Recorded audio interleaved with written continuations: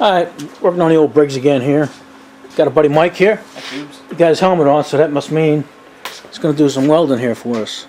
And he clad welded this. I got to cut it down on the machine, but he's going to bring it. He's got to bring it up a little closer to the tip there, so the flywheel it'll come to the end of the flywheel. So well, let me get out of his way. Yeah, and all the jumping around with this project, I think I might have welded this over my house, and I never really did finish, and I was prepping to weld the other side, but I don't know why I never really finished that. I can't remember why. So I'm going to go right up to the tip here. I'm going to try to preserve that center, right, and then just weld the outer diameter. Bring it up. Then we can turn this down to 5/8. Is it? I don't remember exactly. I'll have to remeasure the flywheel bores. 5/8, I believe. And turn that down. Weld the other side up. Turn that down. Clean it all up. Make sure it's straight. And put some keys in it, or keyways, and we'll be good. Then we can make then we can get this thing actually spinning, and then we're going to work on the system, right? Yeah, then we can, I've been working on the flywheels, Mike. Yeah. I got this one, I ground this one down, and this one is pretty much done. But this one here, whoa, I almost dropped it. Oh, don't do that. Don't drop it, Road King. Alright, yeah, this one here, this is pretty much done, but I have to get this big bulbous titty here. I don't know what that was for, but I know we don't need it. What do you think that was, the counterbalance crank or something? Yeah, it could have been. Yeah. Probably didn't have no room in the crank to counterbalance it, so whatever this was off of. Interesting. And I'll probably wind up filling these holes in and everything, and we'll make them look good. Yeah. But that's where we're at. You know, we got to do something, Mike. That's all. All right, let's go. Let's do something. All right. What are you doing now, buddy? Explain to the tubes. All I'm doing is get a little bit of heat in the crankshaft here. Being that I'm only going to be welding on the tip there, I don't want to create any hard spots there. You know what I mean? So I'm going to bring it up. I don't know how hot. Give it 300 or 400 degrees, and make my weld. Keep the torch on it for a little bit afterward. Wrap it up in a blanket. Let it cool off. Like I said, pretty much just to avoid creating any hard spots that I'm going to hit on the lathe. Yeah, no, that happened to me once. Yeah. Yeah, it broke the tip off of the tool. I believe it. Yep. Right.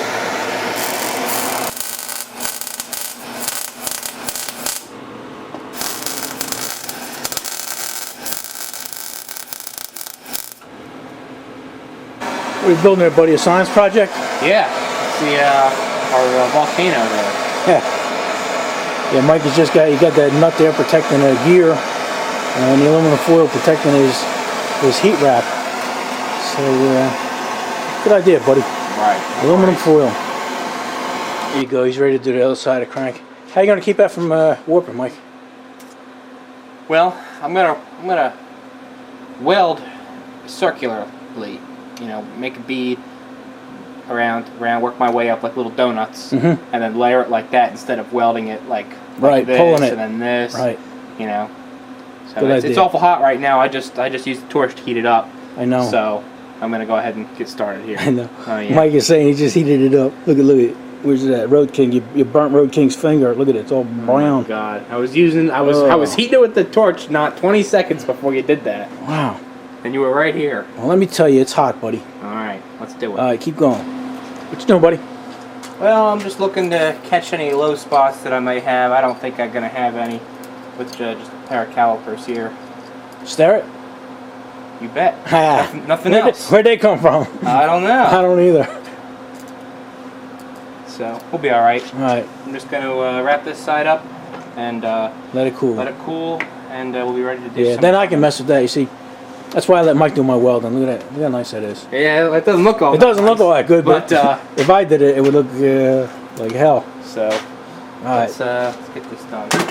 All right, Mike's over here on the lathe, and he's actually making a point for the one thing there, because I don't know if you guys noticed, but he welded both ends of the crank with this in mind. What do they call it, Mike? What you're doing? Well, what we're gonna do is we're gonna turn it between centers. So, being you don't have a center for your headstock here, I'm just taking a piece of mild steel, just whatever, half-inch round stock, whatever it was, and I'm going to turn a 60-degree point on it, and we have a live center for your tailstock. So once we can mount the crank in between the two centers, since we preserve the center on each end, and we don't have a lathe dog for this machine, but we'll make one, and yeah, we're going to turn between centers. So as long as you have the 2 points, we're fine. Right, and the thing is with this center that I'm making here is, again, it's homemade. So and it's in a 3-jaw chuck. So if you ever needed to use this again, you'd have to put it in the chuck and take another pass on the tip so that it's concentric with the chuck. So like I said, but it's gonna work. Yeah, no doubt. I just wanted to make sure the tooth knew what you're doing. Oh, okay. Because I could hear it now.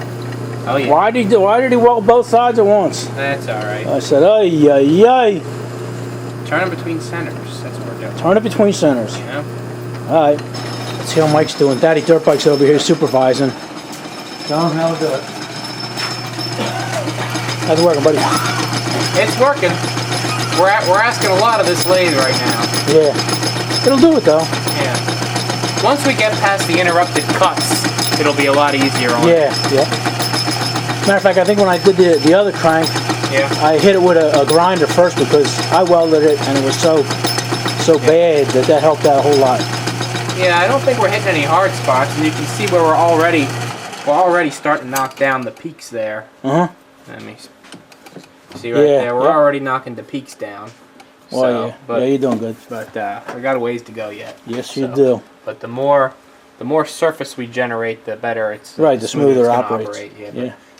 This first stage is asking a lot, but it's doing it. It does. All right, back to work, buddy. All right, let's check, see how buddy Mike is doing.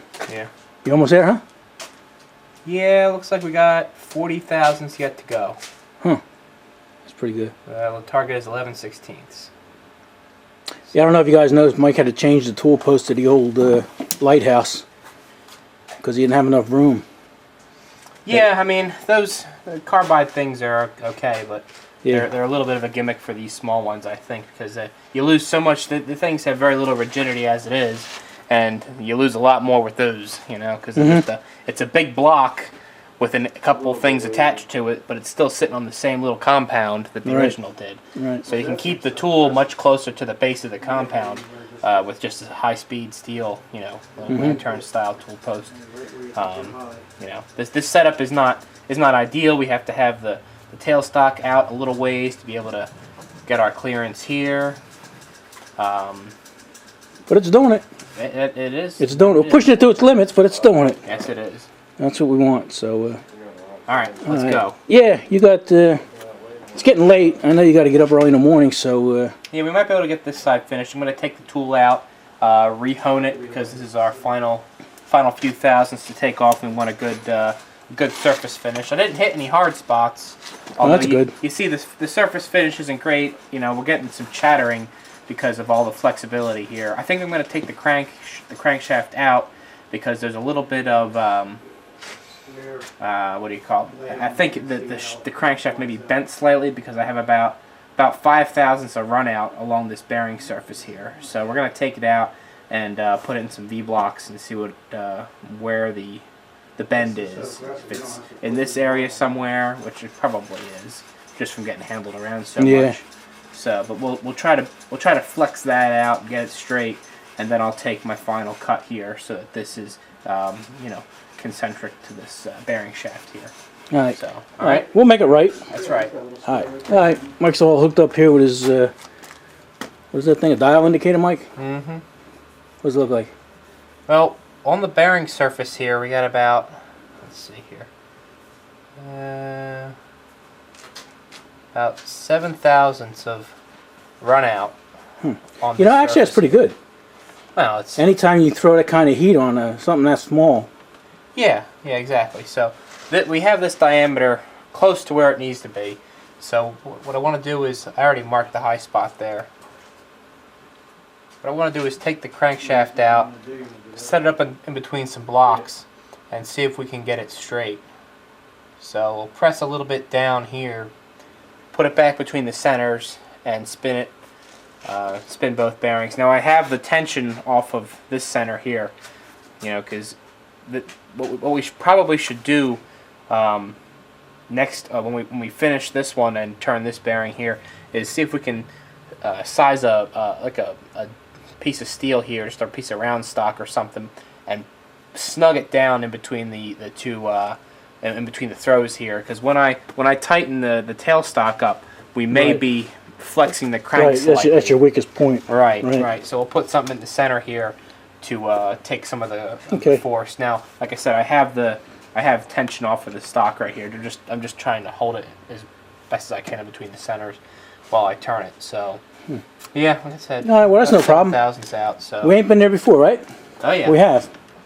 no problem. Yeah. All right. Well, Mike's got to go home, and it is getting pretty late. So, and somebody back here is getting a little antsy. I think he wants ice cream. There he is. And look at my little buddy over here. Hey, Tubes. All right. So we're gonna call. We just want to wrap this one up. So say goodbye, Mike. Take it easy. Daddy. Later, Tubes. All right. Another one in the books. See you later, Tubes.